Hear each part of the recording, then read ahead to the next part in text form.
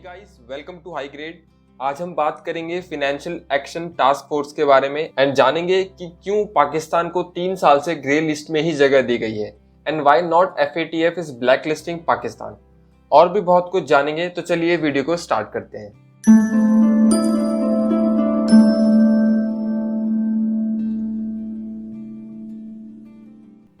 सो 2 साल से ज्यादा हो चुके हैं पाकिस्तान को FATF की ग्रे लिस्ट में एंटर किए हुए, despite of various international campaigns launched by India ताकि पाकिस्तान को ब्लैक लिस्ट किया जाए FATF में।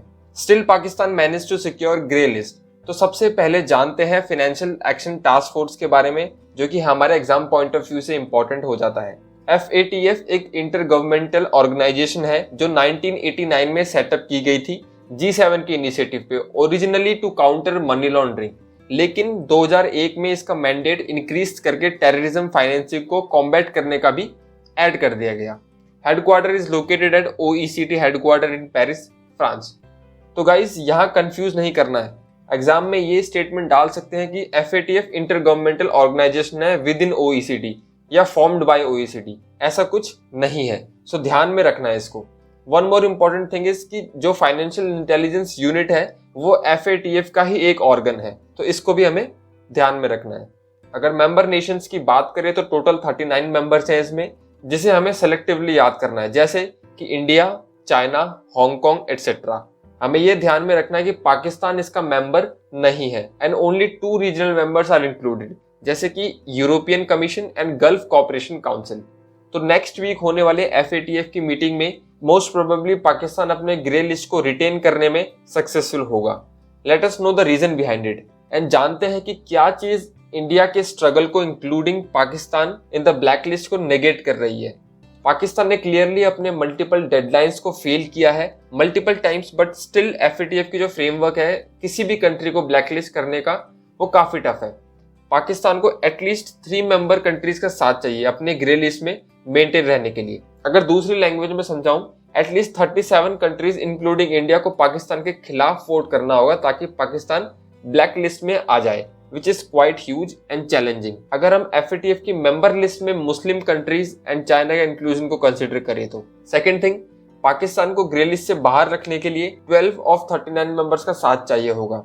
अगर हम अभी ब्लैक लिस्टेड कंट्रीज की बात करें तो हमारे पास एग्जाम्पल है नॉर्थ कोरिया और ईरान का।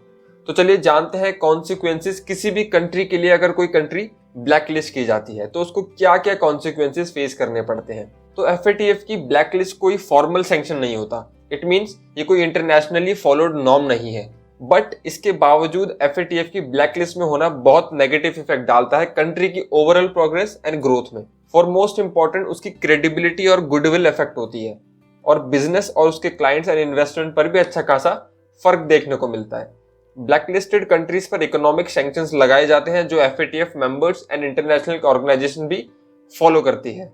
तो अगर चैलेंजेस की बात करें जो इंडिया के सामने है in their efforts to place Pakistan in the black list, India ने टाइम एंड अगेन पाकिस्तान के एफर्ट्स को क्वेश्चन किया है due to their irresponsible nature, terrorism को एंड करने के लिए एंड स्टेट स्पॉन्सरिंग टेररिज्म को प्रमोट करने के लिए।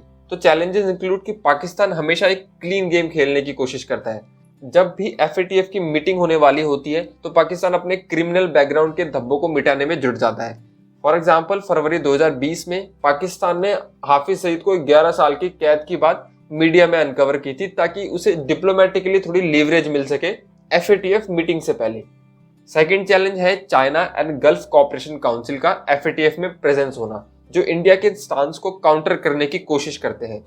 चाइना हर इंटर गवर्नमेंटल ऑर्गेनाइजेशन में अपनी रीजनल एंड पर्सनल बेनिफिट्स को ध्यान में रखते हुए वोटिंग करता है।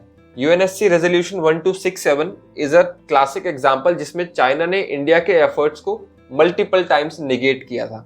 Those who don't know about this resolution, उनके लिए बता दूं कि इस रेजोल्यूशन में मसूद अजहर को UNSC ने टेररिस्ट घोषित किया था, जिसकी वजह से उसके international accounts, funds and assets seize कर लिए गए थे।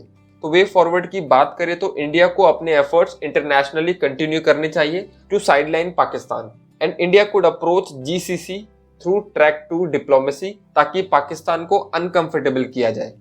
सो guys, that's it. I hope video से आपने कुछ अच्छा सीखा होगा। मिलते हैं नेक्स्ट वीडियो में। जय हिंद।